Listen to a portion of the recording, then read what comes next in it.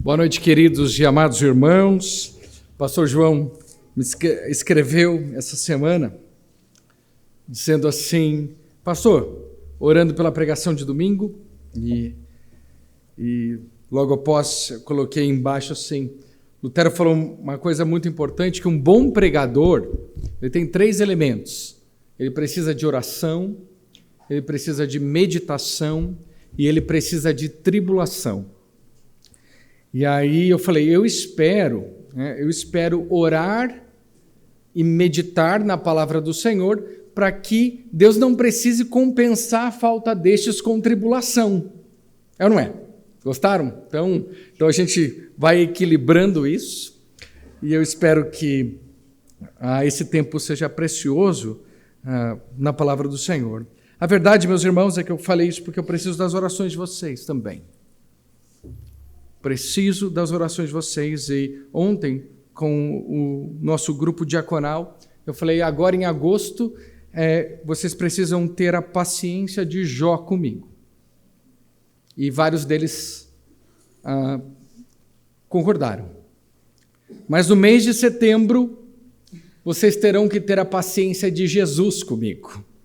E aí eu já preparei e peço humildemente as orações de vocês por mim nesse mês que vai se iniciar em breve. Orações que sejam diárias, por favor, porque eu preciso delas todos os dias. Então agradeço por aqueles que orarem por mim durante todo esse final de agosto e todo o mês de setembro, com o compromisso que eu tenho de orar por vocês todos os dias. Queridos e amados, Romanos capítulo 12. Isso é maravilhoso. Eu espero que você esteja pensando assim. Romanos capítulo 12, vamos ler a partir do verso 3 até o verso 8, é o nosso texto bíblico de hoje, Romanos, então, capítulo 12. Se você tem essa Bíblia aqui, a página 873. Romanos capítulo 12, a partir do verso 3, diz assim a palavra do Senhor: porque pela graça que me foi dada, digo a cada um de vocês que não pense de si mesmo além do que convém. Pelo contrário, pense com moderação, segundo a medida da fé que Deus repartiu a cada um.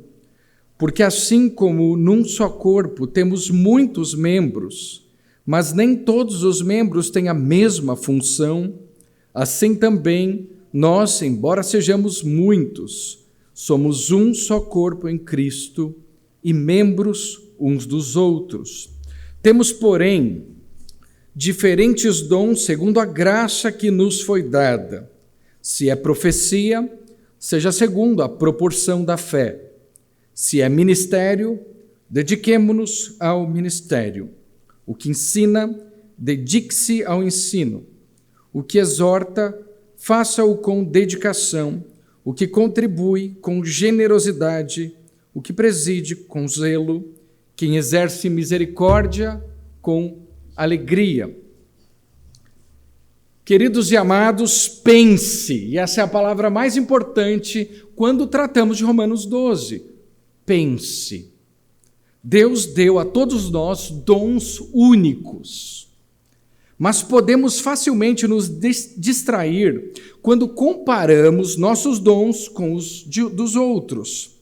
A comparação de dons dentro da igreja pode nos levar a ter uma opinião mais elevada sobre nós mesmos, ou mais baixa do que deveríamos. No final, alguns podem achar que não tem nada a oferecer porque não tem um determinado dom.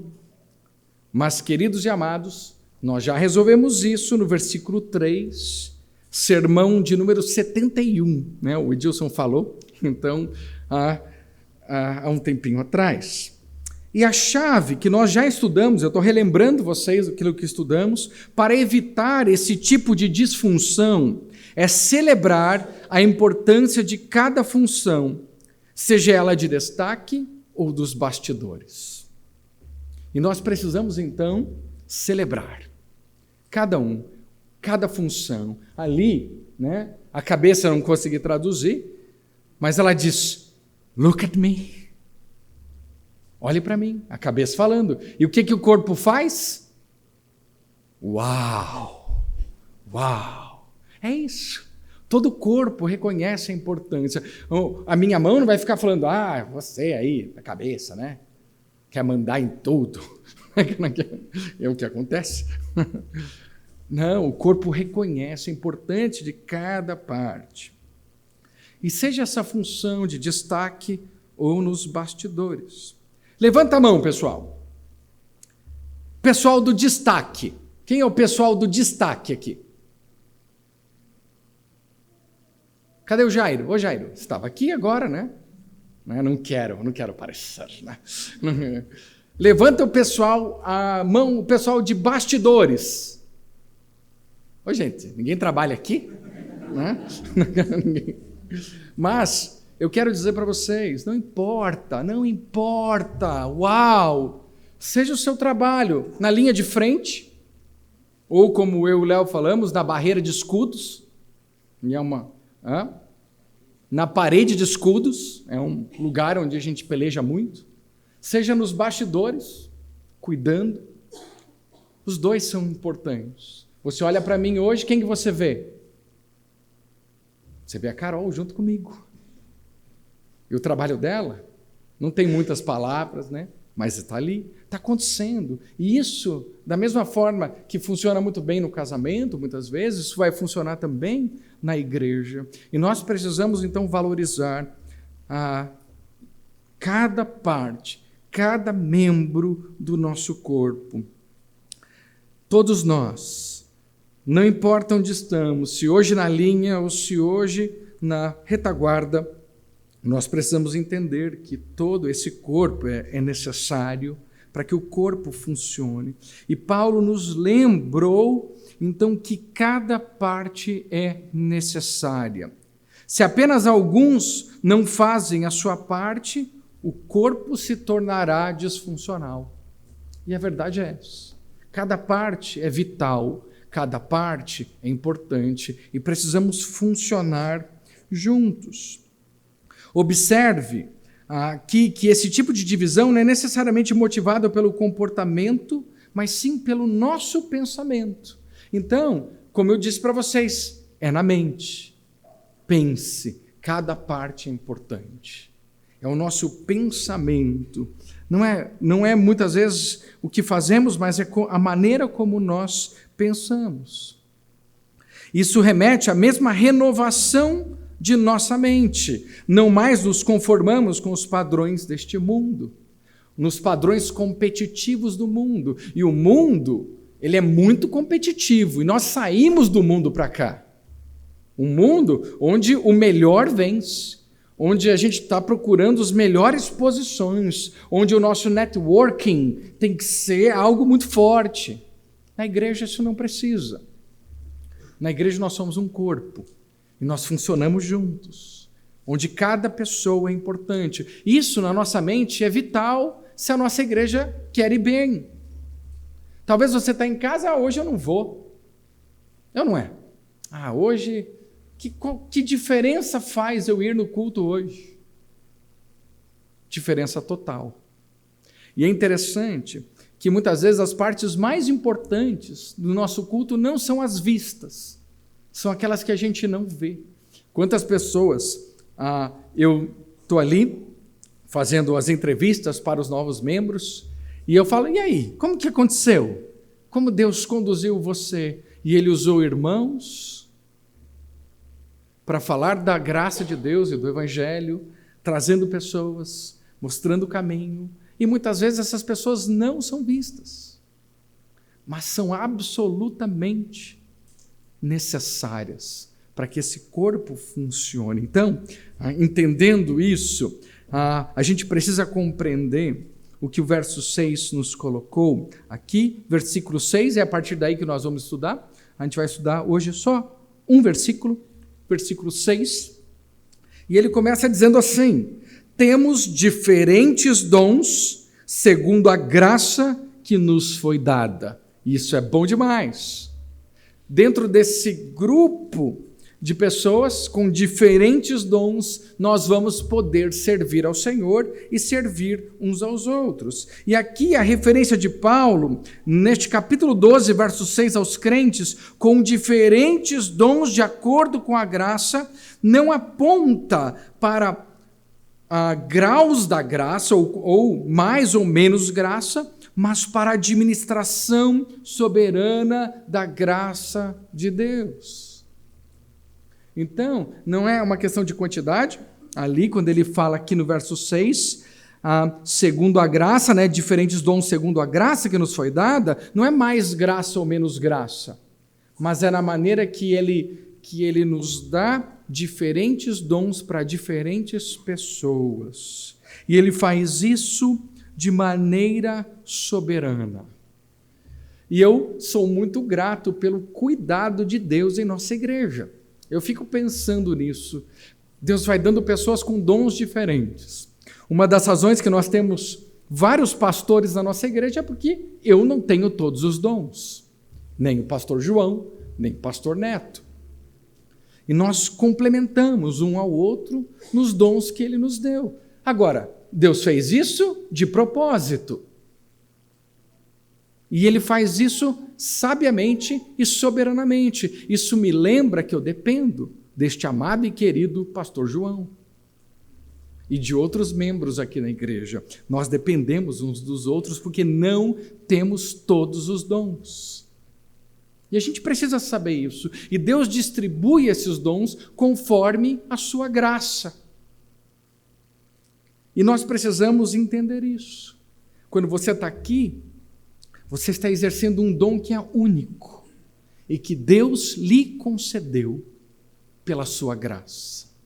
E talvez dons muito próximos, muitas vezes os dois irmãos têm dons de misericórdia, mas o dom de misericórdia nesse irmão, ele é diferente do dom de misericórdia deste outro irmão. Isso só enriquece essa multiforme graça de Deus. E assim como o oleiro pode moldar o barro como achar melhor, Deus também distribui dons ao seu povo. E ele vai fazendo isso. É tremendo, não é? Como que isso molda o nosso pensamento? Como isso nos motiva a vir para a igreja e estar entre irmãos para servir, na medida que este Deus distribui dons para a nossa igreja. E eu meditei em duas coisas, e eu falei, Senhor, eu agradeço muito o cuidado, né? Porque eu tinha um irmão muito querido, e que nos servia muito bem, né, Léo? Que era o João Pedro, né? Um querido, e ele nos servia muito bem. E quando ele saiu e Deus levou ele, hoje ele é ministro de música em uma igreja na Califórnia. Um músico excelente. E eu falei, uau, ele me fez uma grande falta. Só que Deus mandou Felipão para nós. E Deus, ele supre isso. Se tem uma pessoa que sabe o que a gente precisa aqui, é Deus. Às vezes o Espírito Santo vai fazer esse movimento de levar, e talvez nós somos uma incubadora de líderes, a nossa igreja, porque nós treinamos líderes aqui, e aprove muitas vezes o Espírito Santo pegar pessoas daqui e levar para outros lugares, como nós pretendemos fazer agora, no final desse ano, iniciando um novo trabalho em Araucária, ou nas cidades ali da região. E eu fico muito tranquilo, porque eu sei que Deus vai suprir os dons que nós vamos conceder a Araucária, ao mesmo tempo que Ele vai levantar outros em Araucária para suprir os dons que nós não vamos poder suprir. Esse é o Deus soberano, que cuida da sua igreja, e que faz isso por meio de homens e mulheres diversos, com histórias diferentes e com vidas diferentes. Esse é o nosso Deus, como oleiro, moldando barro como acha melhor. E Paulo aqui está descrevendo 7 dons, distribuídos entre indivíduos ou grupos de indivíduos, que fazendo uso desses dons, exercem funções correspondentes. Então vamos lá. A gente encontra aqui alguns desses dons. e a gente já vai falar sobre eles. Mas antes eu preciso dizer o seguinte: na Escritura existem várias listas de dons. Tá? Hoje a gente vai ter uma pregação de lista, que a gente chama. Ainda que a gente vai fazer só a primeira linha. Listas um tanto similares são encontradas em 1 Coríntios capítulo 12, onde mencionam 9 dons.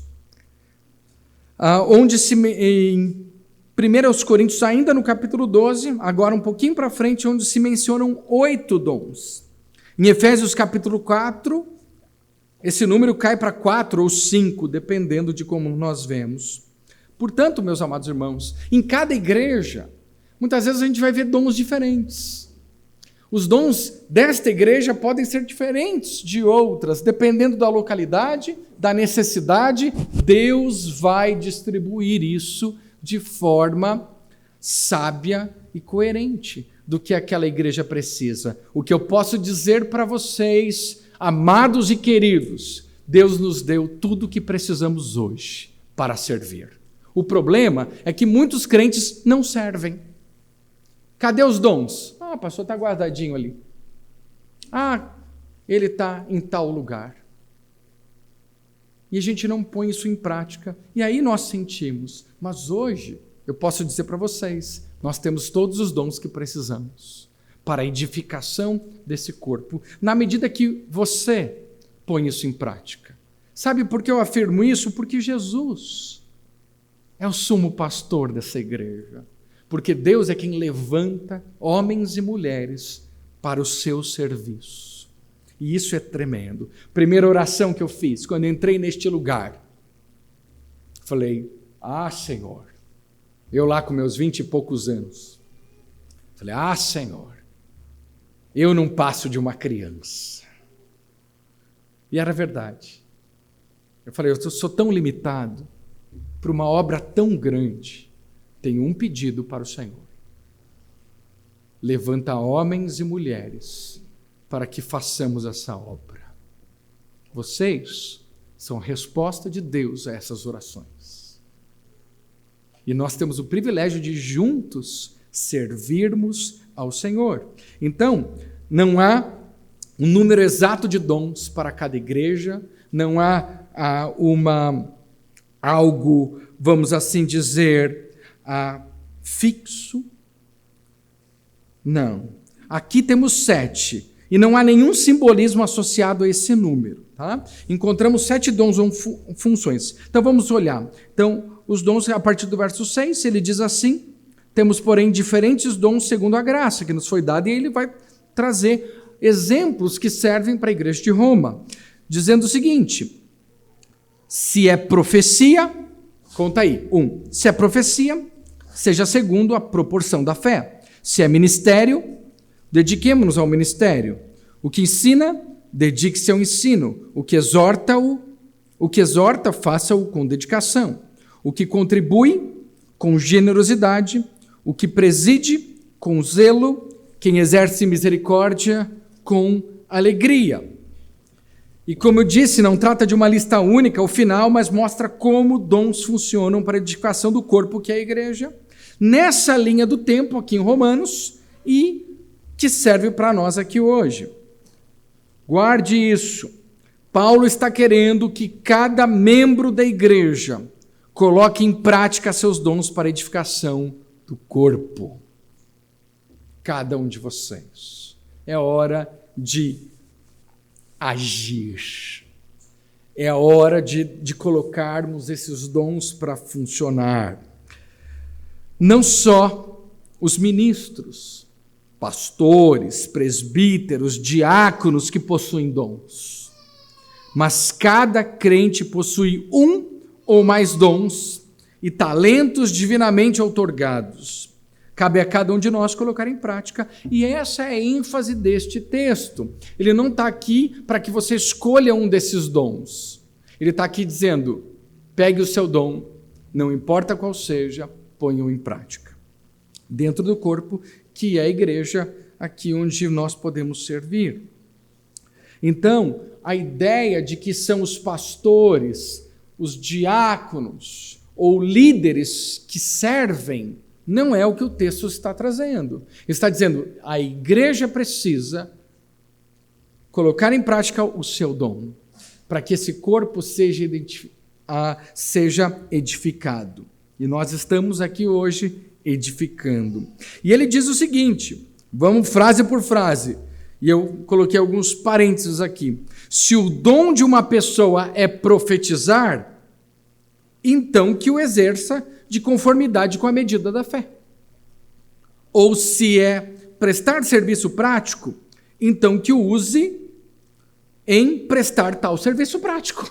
Está vendo a ênfase? Se o seu dom é serviço, sirva.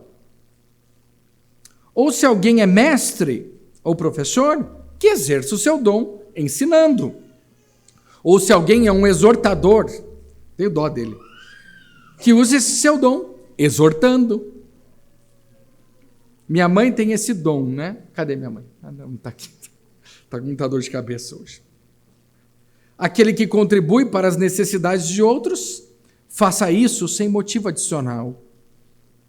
Aquele que exerce liderança, faça isso com diligência. Aquele que mostra misericórdia, faça isso com contentamento. E ele vem nos exortando, então, a vivermos aquilo que Deus nos deu. Deus te deu, use. O apóstolo mostra como esses dons devem ser usados para o benefício da igreja e, de fato, dos homens em geral. Então, a forma de usar o dom é da igreja para o mundo. E é a forma mais fácil disso acontecer, porque a igreja foi desenhada para isso. E na medida que nós servimos uns aos outros aqui, nós seremos aptos e capacitados para servirmos o mundo inteiro. Não o contrário. E é o que muita gente faz. Às vezes ele quer servir o mundo e usa os seus dons, muitas vezes dados por Deus, mas na igreja ele é uma preguiça.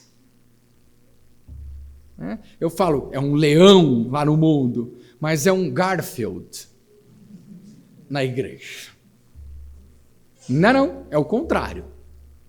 Aqui é um lugar onde nós servimos uns aos outros e é onde a gente pode então crescer nesses dons e não pense não, o mundo será beneficiado com isso. Então, meus amados, observe mais uma vez o que Paulo diz. E essa frase é sempre destaque nas nossas vidas. Nós lemos em 1 Coríntios uma frase, então, agora comum para nós, no versículo 6. Temos, porém, diferentes dons. Vamos falar juntos? A continuidade? Segundo a graça que nos foi dada. De novo, segundo a graça que nos foi dada. É assim que nós vamos enxergar esses dons. Segundo a graça que nos foi dada. Agora, o que isso quer dizer na prática? Segundo a graça que nos foi dada, e ele está falando desses diferentes dons, é que ninguém, absolutamente ninguém, tem o direito de vangloriar-se de seu dom. Não há espaço para o orgulho, não há espaço para a vanglória dentro dos dons. E, se você, como eu, imagino que melhor, nós lutamos com isso, com o orgulho, com a vanglória, com a vaidade, daquilo que Deus nos dá tão graciosamente. Conversando com Deus, em oração, e me humilhando diante do Senhor, Deus me deu a entender, por meio da palavra de Deus, eu não trabalho com pessoas orgulhosas. Se você quer trabalhar comigo, Ari, você precisa ser humilde. E eu falei, Senhor, me perdoa, eu entendo isso. Eu quero isso. É a única maneira de podermos viver e fazer alguma coisa que presta nesse mundo. Precisamos entender isso. É a maneira de Deus, na medida que nós entendemos que a nossa vida é pela graça que nos foi dada. Nada além disso.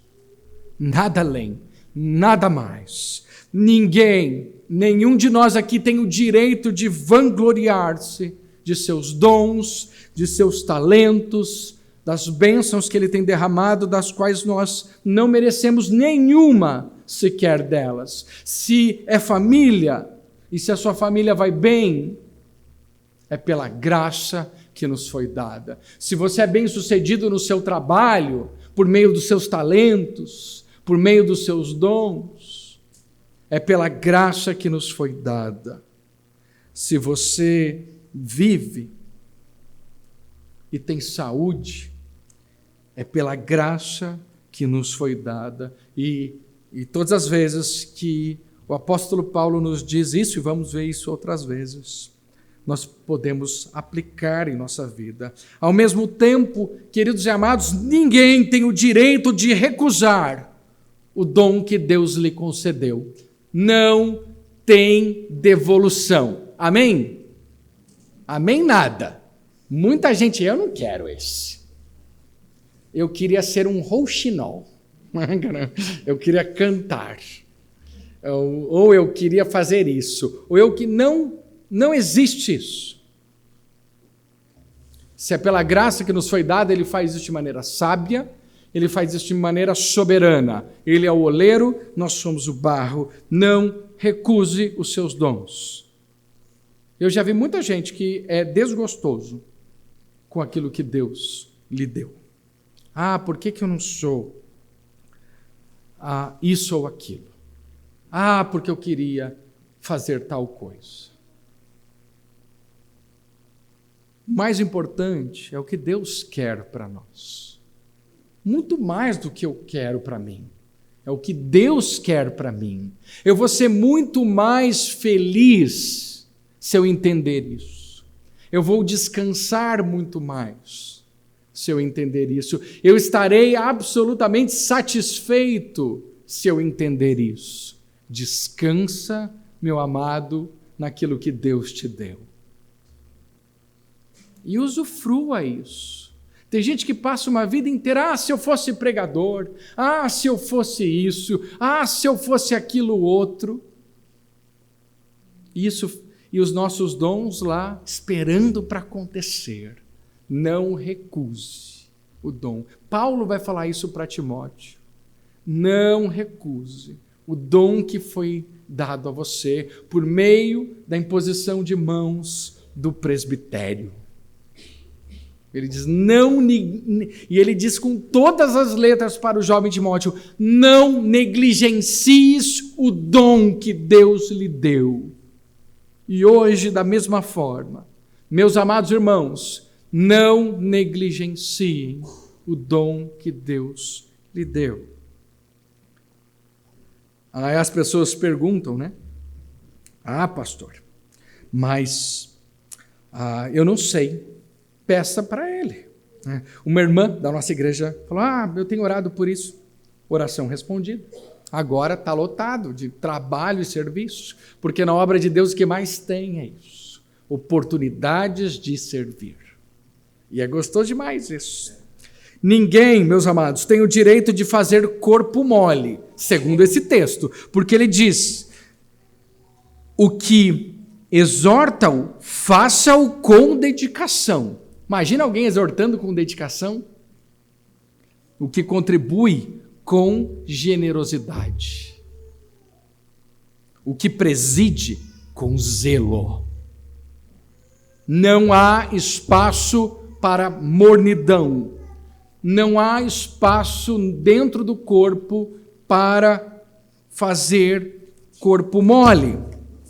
E eu quero trazer a vocês que sirvam o Senhor com alegria e que sirvam o Senhor com fervor. O fervor é expresso na Escritura como uma invocação ao nome do Senhor. Romanos capítulo 10. Um levantar as mãos em direção a Ele, Jó capítulo 11. Uma árdua busca por Ele, Salmo 63. Um apegar-se a Ele, Isaías 64. Um derramar do coração perante Ele, Salmo 62. É uma luta na oração, Romanos capítulo 15. Deus odeia os mornos. Observe a intensidade de Daniel no capítulo 9 deste mesmo livro. Davi compara a sua oração a um incenso, e nenhum incenso é oferecido sem fogo. Precisamos de fervor. Precisamos servir o Senhor com fervor. Vivemos em uma época de frieza espiritual. Onde está o nosso fervor? Onde está a alegria quando me disseram: vamos à casa do Senhor? Onde está a misericórdia para aqueles que entram aqui feridos, doentes e machucados? Onde está, meus amados, a generosidade ou a contribuição para aqueles que passam por dificuldades? Amados e queridos, precisamos de fervor quando vamos servir a Deus. Cada membro deve ter em mente que sua habilidade para servir a outros é um produto da graça de Deus, de seu amor imerecido, é isso ou nada. E lembre-se, quando olhamos para o versículo 6 ainda, os dons espirituais, e aqui a palavra dom tem um nome chamado carisma. Essa é a palavra. Um dom é um carisma, tá? E vem carismata, né? São palavras, então, que nós temos derivadas de... E elas são dádivas da graça. Então, dons, carisma, vem da graça, que é, que palavra? Caris. Carisma, caris. Paulo faz isso de propósito. O seu dom é graça. O seu carisma é caris. O nosso dom vem da graça de Deus para nós. Ademais, Deus, em sua sabedoria, dosa ou distribui esses dons entre os cristãos conforme lhe apraz. E supre a fé necessária para exercê-los. E você vai exercer esse dom na medida que vem dele. Se Deus lhe deu, Deus lhe capacitará para pô-lo em prática. E aí, eu sigo então para o final do nosso versículo 6, dando um exemplo da aplicação dos dons espirituais, tá bom? E aí, vou falar sobre esse dom. Do versículo 6, ele diz: se é profecia, seja segundo a proporção da fé. E a gente vai falar então desse exemplo da aplicação dos dons espirituais, e vamos falar sobre esse primeiro dom da nossa lista de 7, que é a profecia. É interessante porque os dons servem para o momento. Ok? E no caso aqui estamos no século I, e é importante dizer isso, e o dom da profecia no século I era o principal dos dons. Quantos aqui são profetas hoje? Levanta a sua mão. Então, a gente fala, mas quando a gente olha o início da igreja, por incrível que a gente vai olhar, o dom da profecia era o dom mais importante da igreja. A gente vai falar sobre isso. O dom da profecia do qual Paulo fala aqui, obviamente, era exercido na igreja apostólica, de modo distinto que ocorreu na época do Antigo Testamento. Então, o profeta no Novo Testamento é diferente do profeta do Antigo Testamento. Por que eu digo isso? Porque no Antigo Testamento o profeta era a pessoa mais proeminente dentro, então, do povo de Deus, ok? O profeta era o número 1 no Antigo Testamento. No Novo Testamento ele é o número 1? Não, ele é quem? O número 2. Ele vem sempre depois de quem? Dos apóstolos. Apóstolos e profetas. Então a gente vai fazer essa distinção já do Antigo Testamento para o Novo Testamento. Enquanto os profetas tinham a preeminência e a primazia dentro do povo de Deus, no Novo Testamento eles vêm sempre depois dos apóstolos. De certa forma, né, a gente pode notar nessa época, e eu estou falando aqui do século I, os profetas ocupavam uma posição de prioridade que não é atribuída aos do Novo Testamento. Tá?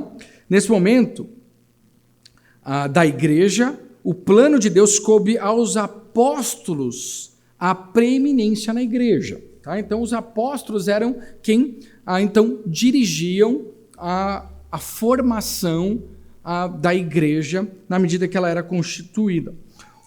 Entretanto, o importante lugar ocupado pelo dom de profecia na igreja apostólica no século I é indicado pelo fato de que os profetas aparecem sempre em segundo lugar. Falei isso, né? Na ordem da importância, somente depois dos apóstolos, e pelo fato de que a igreja edificada e ela é ainda hoje edificada sobre o quê? Sobre o que nós edificamos a igreja? Sobre o fundamento, e eu estou dizendo a base, dos apóstolos e profetas. Então, a igreja hoje, nós edificamos, e esse é o título do sermão, estamos edificando. Mas nós edificamos sobre o quê? Sobre um fundamento. E esse fundamento foi estabelecido por quem? Por dois grupos de pessoas, os apóstolos e os profetas. Então a Bíblia deixa isso muito claro em Efésios capítulo 2, meus amados. Efésios capítulo 2, verso 20. Viu? Não tem só o 8 e 9 em Efésios 2, viu, pessoal? Tem outros versículos também. Né? Efésios, ainda que o 8 e 9 é uma bênção, não é? Mas ele diz no verso 20, edificados, né, sobre o fundamento dos apóstolos. Vamos começar no 19, melhor?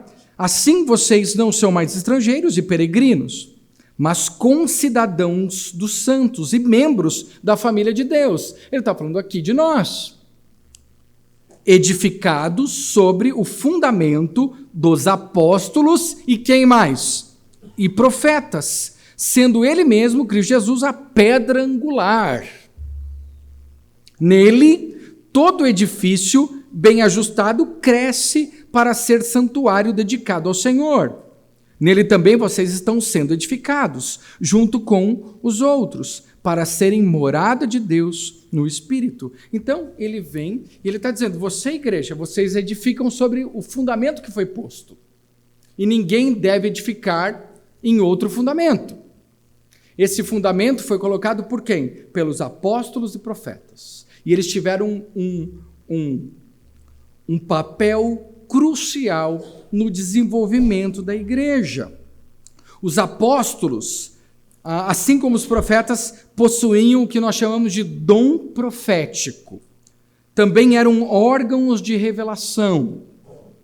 Mas os apóstolos tinham outras qualificações que lhe conferiam preeminência, e os profetas não eram apóstolos. Então, o que ele faz? Os apóstolos, sim, todos eles eram profetas, no sentido de falar da parte de Deus, mas nem todos os profetas eram apóstolos. Então, resumo é esse, tá bom? Tão mais importante, considerava Paulo o dom e função de profetizar, que em ambas as passagens, tanto em 1 Coríntios capítulo 12, como em Efésios capítulo 4, verso 11, ele menciona imediatamente sempre depois do dom do apostolado. Então, apóstolos e profetas fazem o fundamento. Nós edificamos sobre esse fundamento. Igreja, nós não edificamos em qualquer fundamento. A gente vai ser edificado sobre esse fundamento. Tá? Os apóstolos e profetas lançaram o fundamento e nós identificamos. Isso foi feito no início da igreja. Especialmente por quê? Porque nós tínhamos o Novo Testamento no século I? Não. Então, nós precisávamos deste dom, o dom da profecia, no início da igreja. Quem, então, tinha esse dom? Apóstolos e profetas. Então, eles sim edificaram. Você tem o Novo Testamento sendo escrito nessa época. Nós não tínhamos um Novo Testamento para abrir como fazemos hoje nessa época. Então, era necessário, nessa época, que Deus, revelasse a sua palavra. E ele fazia isso por meio então, destes dons, tá bom? E tanto os apóstolos como os profetas eram dons de Deus para a igreja. No início da igreja, a profecia dizia respeito à função de comunicar revelações da verdade da parte de Deus. O profeta era um órgão de revelação, era o porta-voz de Deus. Seu ofício não se restringe somente à predição de eventos futuros, ainda que, por igual modo, isso era sua prerrogativa, quando Deus lhe revelava eventos futuros. Um exemplo é Ágabo, um dos profetas no livro de Atos, capítulo 21, de 10 a 11, onde ele profetiza, o que aconteceria com o apóstolo Paulo na medida que ele iria para Jerusalém. Paulo atribuiu muita importância ao dom da profecia. É preciso notar, agora eu vou para 1 Coríntios capítulo 14, depois você pode ler todas essas referências, né, que os destinatários são informados. Desejem ardentemente os dons espirituais, especialmente, ele diz, o dom da profecia. No versículo 39 do capítulo 14, o escritor adiciona: portanto, meus irmãos, busquem com zelo a profecia.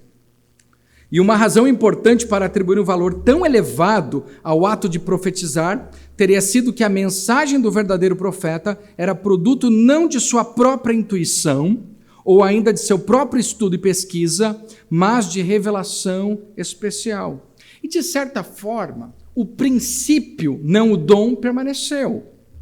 O pregador, ele não tem que falar as suas próprias palavras, mas a palavra de Deus. Hoje, o meu trabalho, ainda que não profético, vamos assim dizer, ele guarda o mesmo princípio. O pregador não pode falar de mim, eu não posso falar de outra coisa senão da palavra de Deus. Então é um alívio quando nós estamos numa igreja e o pastor faz o quê?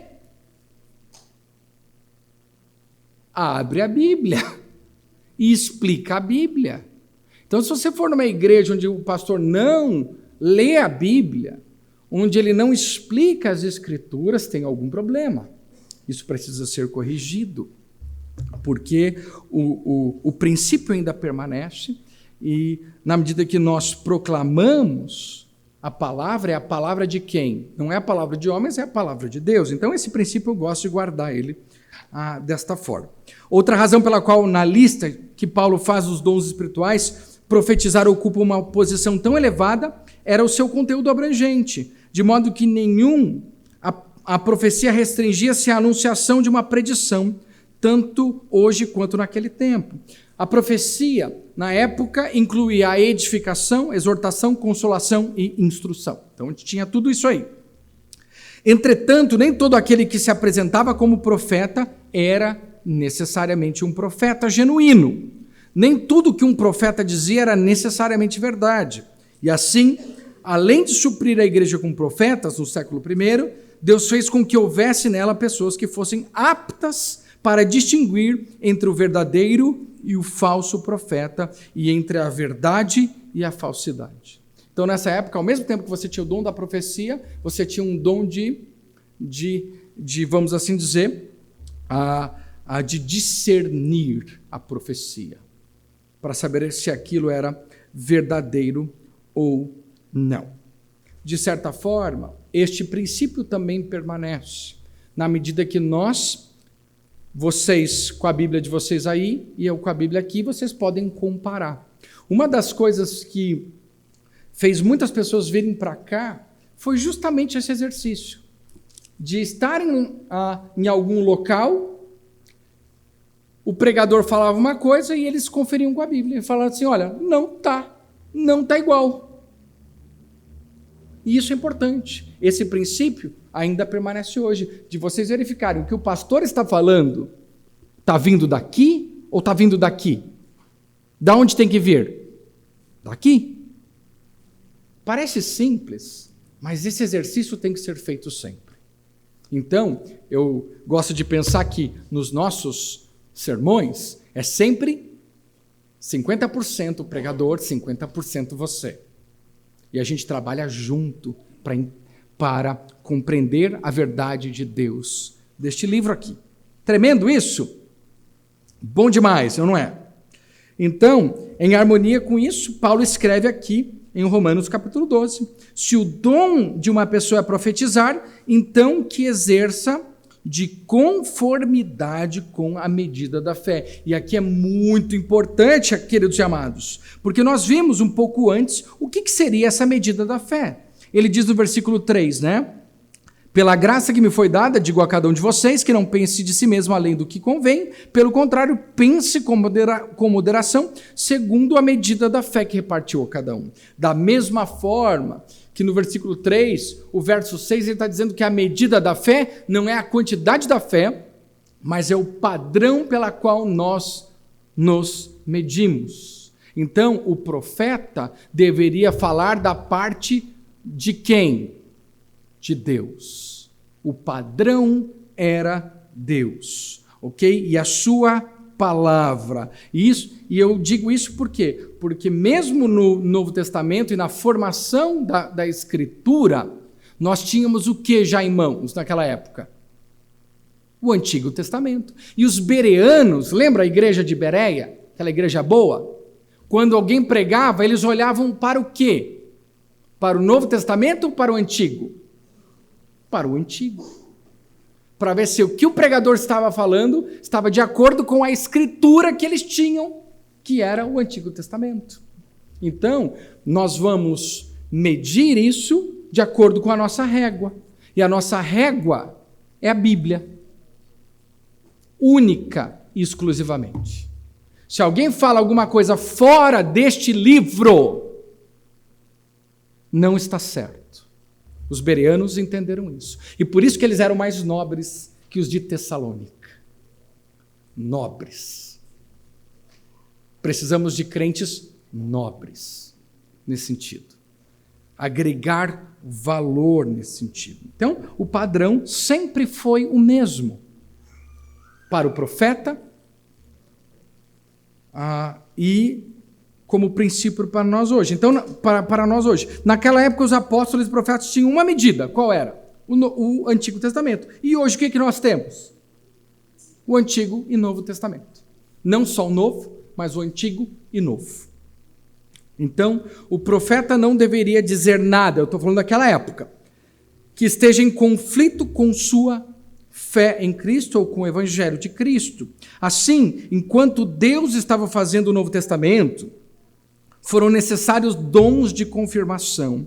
Esses dons aqui, eu vou chamar eles como dons que serviram enquanto a Bíblia estava sendo escrita, ok? E eu vou chamá-los de úteis e temporários, dons de confirmação. Hoje, nós podemos confirmar a verdade por meio da sua palavra.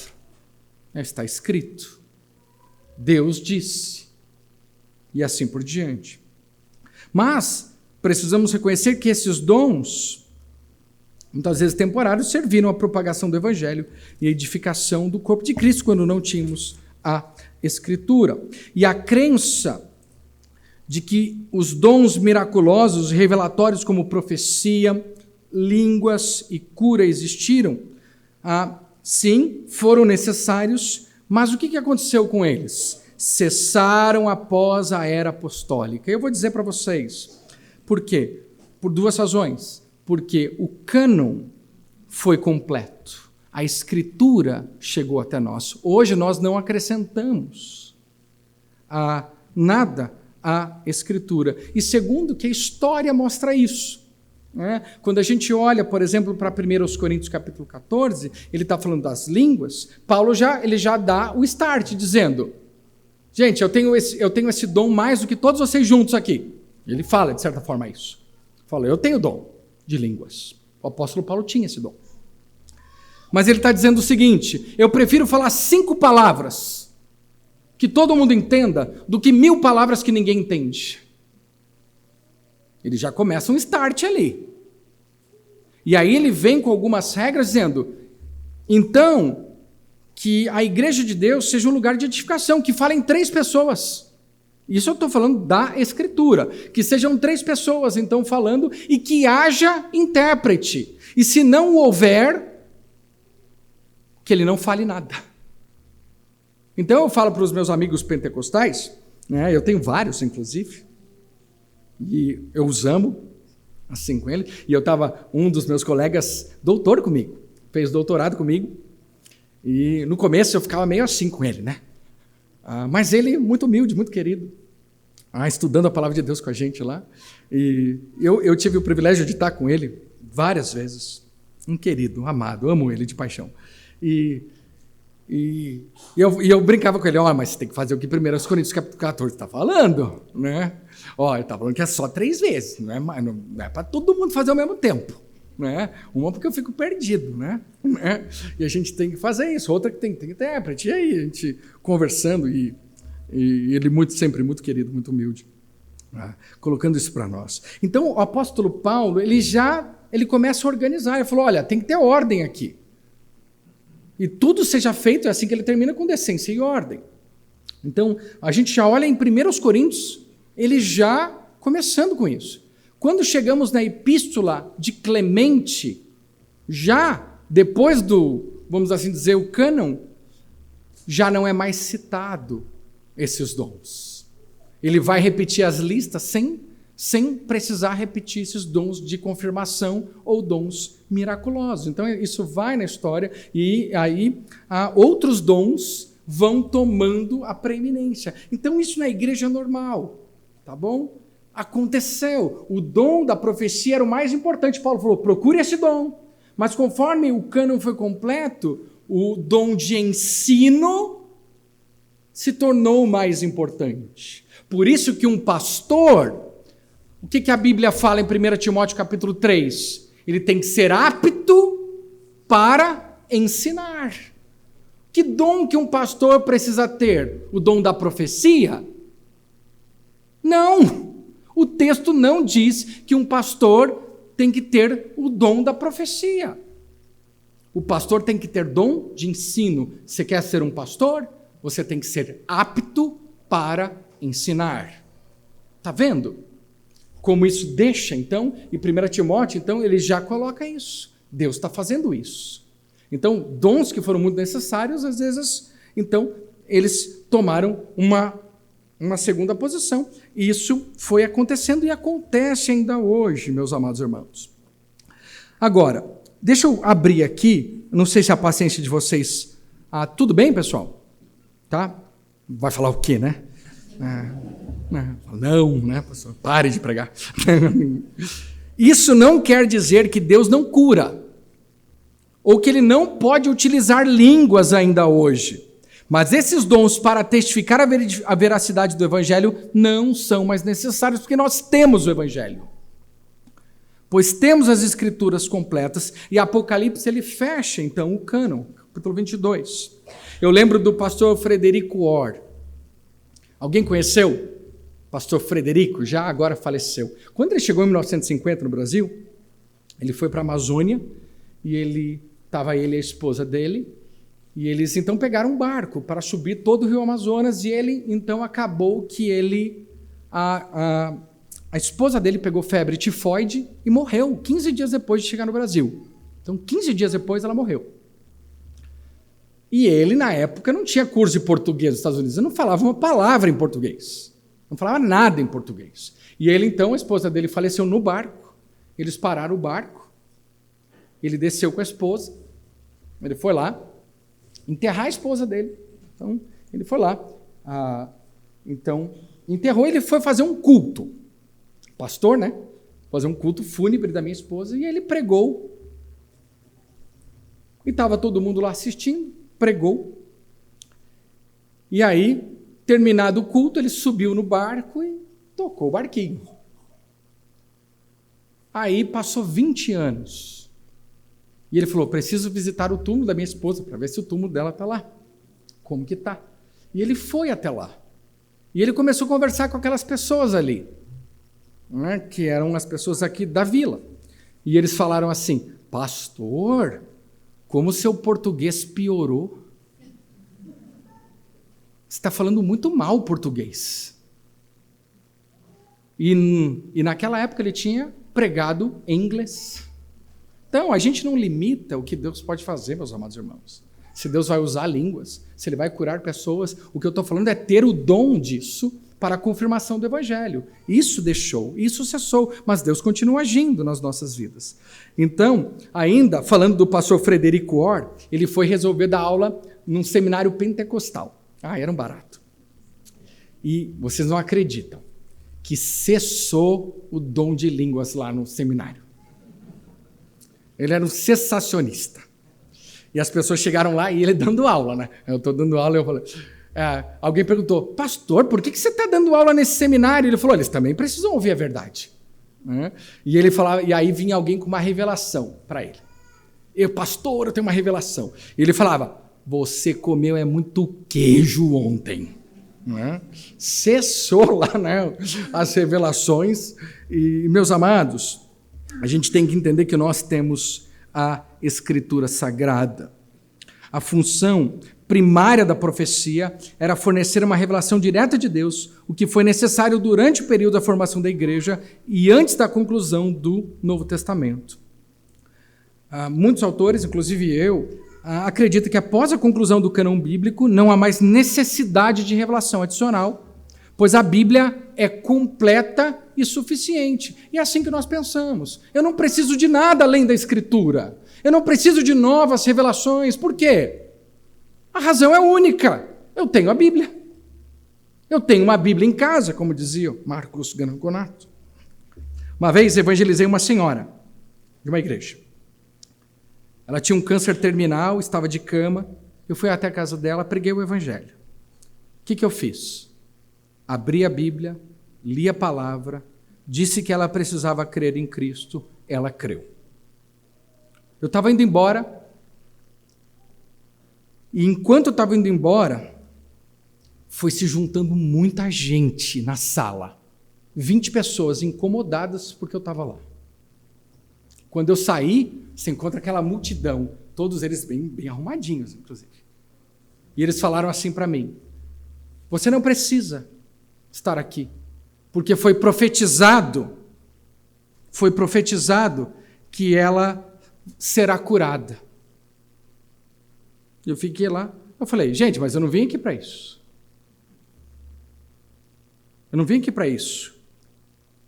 Eu vim aqui para pregar o Evangelho e para falar deste Evangelho, da graça de Deus. E fui embora. A mulher morreu 2 semanas depois. 2 semanas depois. Eu não sei o que eu faria se eu fosse uma daquelas pessoas com o profeta. Mas eu creio que aquela senhora foi salva, não pelas minhas palavras, mas pelo evangelho que eu preguei para ela. Está vendo? Não foi o que eu disse. Isso não importa, foi o que Deus disse. É o evangelho que nós pregamos. Por causa da palavra de Deus, isso descansa. Enquanto isso, deixei o profeta que ficasse com as suas bravatas. Profecias do tipo, você vai ser uma bênção. Ou Deus vai te dar a vitória. Ou o foguete não tem ré. Não, isso não é. Estou brincando. Isso não quer dizer absolutamente nada. Se for como profecia. Você será uma bênção se você se curvar a este livro aqui. Se você obedecer ao que Deus lhe pede. Você quer ser uma bênção? Obedeça. Você quer que o seu casamento vá bem? Efésios 5. Leia a Bíblia. Não existe ser bênção sem obediência à palavra de Deus. Portanto, meus amados, não existem profecias no sentido bíblico do termo nos dias de hoje. A igreja deve se concentrar no estudo e aplicação da Bíblia, que é completa e final, e é a final revelação de Deus para a humanidade. Não perca tempo com isso. Utilize o seu tempo com a palavra de Deus. Medita nela de dia e de noite. E você será como a árvore plantada junto à corrente de águas, que no devido tempo dá o seu fruto e cuja folhagem não murcha. Não se preocupe com profecias. É triste, meus amados, ver o nível de ignorância das pessoas hoje em dia. O falso ensino, a heresia, o farisaísmo, a mornidão, o pecado só crescem no deserto da ignorância espiritual, por não conhecerem a verdade e a palavra de Deus. O que conta é o pensamento. Deus concedeu a todos nós, e aí eu concluo aqui. Obrigado pela paciência de vocês. Deus concedeu a todos nós dons únicos que apoiam e complementam uns aos outros em apoio à igreja. Quando cada um de nós se concentra em usar seus dons, o corpo inteiro consegue funcionar como Deus planejou. Paulo nos lembra que, em vez de murmurarmos sobre os dons que não temos, ou sobre as coisas que não podemos fazer, devemos usar os dons que nos foram dados de forma a evitar invejas e brigas. Devemos valorizar o papel de cada parte do corpo, sem pensar mais alto ou mais baixo do que deveríamos. Eu termino dizendo, ao mantermos nossos olhos focados na tarefa para a qual Deus nos redimiu, no ministério para o qual Ele está nos transformando, podemos manter o funcionamento fluido do corpo que Deus soberanamente projetou e criou. Então, meus amados irmãos, que isso seja um grande encorajamento para você. Vamos orar pedindo para que manifestemos esses dons no corpo da igreja. Cada um de vocês é necessário que isso aconteça. Vamos orar. Querido Deus e nosso Pai, obrigado, Senhor, por nos debruçarmos aqui diante da Tua palavra, na medida que reconhecemos que soberanamente o Senhor distribui os dons aqui. São tantos dons que eu reconheço, Pai, e que eu não tenho. Então quero agradecer por estes dons na vida dos meus irmãos, na medida que eu sou servido por eles, e na medida que, com os dons que o Senhor me concedeu, poder servi-los. Isso é ser igreja, isso é trazer glórias para o Teu nome. E assim eu te agradeço, Pai, por essa bênção, que é fazer parte da igreja de Jesus Cristo. Ó Deus, não deixa, ó Deus, que venhamos a entrar em competição, invejas ou brigas por causa do trabalho, porque nós somos um corpo, e esse corpo tem que aprender, Senhor, a funcionar juntos. Em especial, Senhor, eu quero agradecer por aqueles dons, Pai querido, que não aparecem, pelo trabalho tão silencioso de vários irmãos aqui, evangelizando, discipulando, amando, cuidando uns dos outros. Obrigado por essas pessoas. Ó Deus, e eu sei que o Senhor vai recompensá-las da mesma forma que aqueles dons que são mais visíveis. E no final das contas, o Senhor não faz acepção de dons. Obrigado, Senhor, por isso. É um encorajamento para estes amados e queridos irmãos. Ó Deus, é no trabalho muitas vezes silencioso, onde o Senhor é mais glorificado. E eu sou muito grato por isso. Obrigado pelos irmãos que me sustentam aqui neste lugar com os seus dons. Te louvo mais uma vez por causa disso. E sou muito grato, Senhor, porque o Senhor usa homens e mulheres, ó Deus, para servir na igreja. Obrigado pelos jovens, pelas crianças que estão aprendendo a Te servir. Que eles façam isso desde muito cedo em suas vidas. E assim, ó Deus, Te agradecemos, pedindo para que a próxima vez que venhamos entrar nesta casa, possamos entrar com o pensamento, ó Deus, de valorizar os dons que o Senhor concedeu e servir uns aos outros em amor. E assim Te louvamos, em nome de Jesus. Amém.